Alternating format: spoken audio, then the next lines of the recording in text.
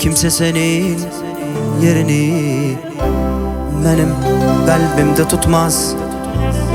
Sana bakan gözlerim başka gözlere bakmaz. Benim mucizem her şeyim, canımdan çok sevdiğim. Ne olar gitme yanımdan, kal ömürlük hayatımdan. Aramızda olur bazen herden küsevincimeler.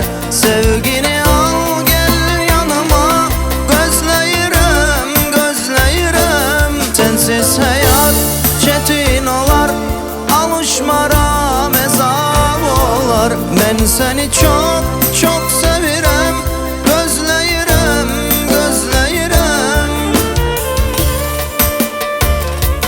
Canım çalmayız.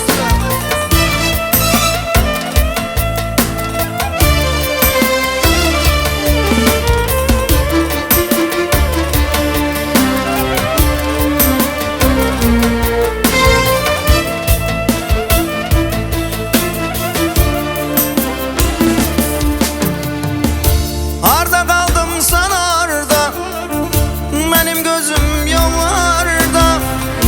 Kalbimine sıkılır sanki yürek feryatta. Benim mucizem her şeyim, canımdan çok sevdiğim. Ne olar gitme yanımdan, kal ömürlük